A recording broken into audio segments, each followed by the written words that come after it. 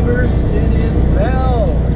I'm going down the road right now to Joplin, Missouri. Anyways, I've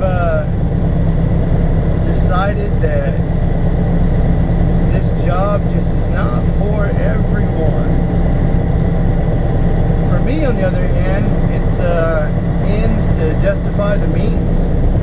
And I think that when you look at it that way, it makes the job a little bit more acceptable. I mean, you're going to get some bad loads, you're going to get some good loads, but remember, you've always got to make sure that you're being nice to the shippers, the receivers, the people in the terminals that you go to. If you work for Prime, you got to make sure that people are smiling back at you. You know what I mean? Treat others as you would like to be treated. That's my philosophy. And to clear a few things that have been going on. It is true. I wasn't too happy with the lightweight truck, but it is what it is. So I'm going along. I'm just fine. No big deal. Then, of course, there's number two. I've heard from a few people that it's come to my attention that people have seen the way, like, I've dressed up, you know, wearing a tie and everything, that maybe I feel like I'm better than other people. Totally false. I'm not. Once again, the reason I'm wearing this stuff is because I was an educator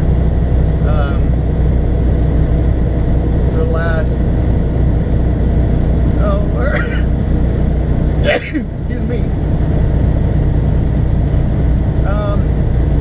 I've been an educator since 2004, 2005 school year. So that's what I have. I have shirts with ties. So without going in and breaking the bank, I keep on wearing them, and it's kind of a social experiment. You know, people look at you a little bit differently, and that's good. I haven't received any special privileges or anything like that. It's been a great conversation starter. But other than that, I mean, out here on the road, you could dress the way you want to, and that's all it is. It's not anything egotistical or anything like that. It's that's what it is. This is what I have, and that's what I wear. You'll catch me in without a tie and a shirt, because I only have so many shirts, and well, I got a lot of ties, but that doesn't mean I'm going to wear one with a t-shirt. I've got some t-shirts too. I like the Star Wars genre. That's kind of my thing. I got some tattoos and stuff, Star Wars tattoos. Anyways, that's my inner kid speaking there. But no, it's just, you're going to present yourself out here, and Lord knows we've seen everything. I've seen people, you know, dress in their trucks about like you would go into Walmart late at night, or all of that stuff on social media, where people are pretty much wearing whatever they want to wear. But no, it's just me. It's my personality. I like a clean truck. Some people just don't really care. This is my office and my home, so there's that. 3, let's get down to the business. I want to talk about radios. CB radios, and like I said, I drove a truck back in the 90s for 3KB out of Altus, Oklahoma, and I also drove for FFE out of the Dallas area, and so I've done the over-the-road thing before, and one of the things I learned back then was, you want to have a good CB radio, and now it seems like not as many people talk on the CB radio as they used to, but it's still good to have a good CB radio. And so I got one of these Cobras 29. It's got the digital face plate and stuff on it. It's an upgraded version of the 29 Classic, but I went and got it tuned up, and I took it to a guy up in Illinois, and actually I think it was Indiana, pretty sure, yeah, it was in Indiana, and he was in the Flying J area back in the shop. He has a CB shop, real good fella. If you guys are in that area, check him out. He does an excellent job, and he tuned mine, not only tuned up my CB, but he also fixed my mic and made it sound a lot better instead of muffled. Once again, I just bought the whole thing as a kit, and only charged like $28.50 to tune her up, and he did a really good job tuning it up. It's a lot more powerful now than it was.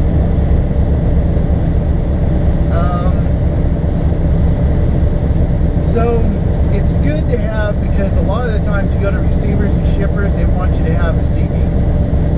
It's also good, secondly, because you want to be in communication for traffic, to avoid, those big accidents and stuff. I've heard from other people that if people would have been paying attention to their CB radio up there on I-80 in Wyoming, that they would have known that there was a big pile up, and it could have possibly saved some of that accident, because they would have been in communication.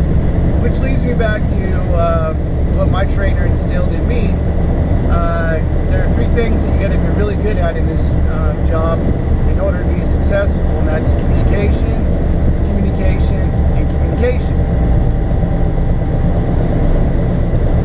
So your CB radio, communication, know what's going on out here on the road, be able to communicate with people, and be nice to them. I mean, there's too much hatred in the world today to sit there and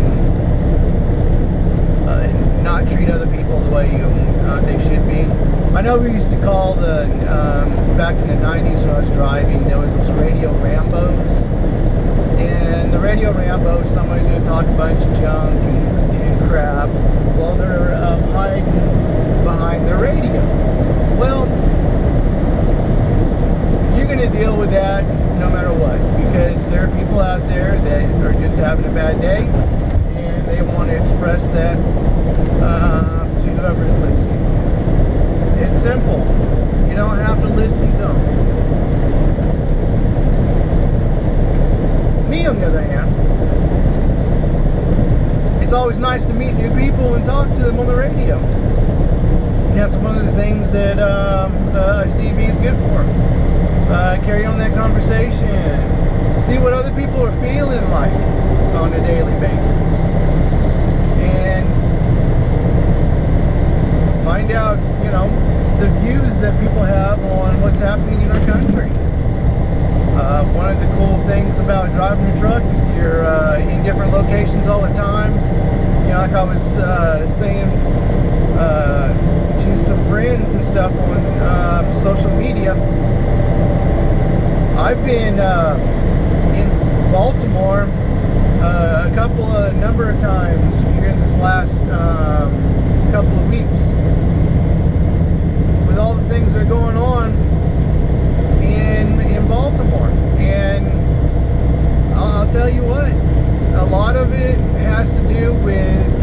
just hyping up something that is really nothing. Their decisions are all based off of non-factual information. And if you let the media run your life, then man, you're gonna have to go see your doctor and take care of your high blood pressure, and your ticker might be going bad. All you have to do is look at the facts. Don't stress out about it. There's no reason whatsoever to be to fall into that racist trap. I mean, I'm a white male, and I'm employed. I'm gainfully employed. Thank God that I am employed. And there's always going to be another job out there. It always happens to me when I'm employed and something else pops up. I go from one job to the next, and it's not that bad. It's stressful sometimes to go, jump through all the hoops that you have to jump through, but I've made it, and I think that you can make it too. Just depends on the goals. Once again, set those goals. My goals are to finish paying off my student loans and get a homestead and live the American dream. And if it means being behind this wheel, so be it. If something pops up and all of a sudden I find myself in the education world again, so be it. But for now, I gotta go one day at a time, and I gotta make that check for myself, look at my goals, and adjust my attitude accordingly. So that's my 2 cents for today, and stay tuned. There's going to be a lot more coming your way. There's a lot more videos, so I appreciate your feedback. And remember, research your companies before going out and getting a job. Because if you don't do the research, then you're basically going to get what you get. And even with Prime, there are good points about Prime. I'm sure there are bad points about Prime. Talking to other people, it's not a bad place to work, and I enjoy it. There's some really nice folks out there that hard-working individuals that work for this company. And of course, they're the negative Nancy's, and I'm trying not to be a negative Nancy about things, but the truck deal, that's water under the bridge. So anyways, be safe out there, keep between the ditches, and thanks for watching, man. I will catch you on the flip.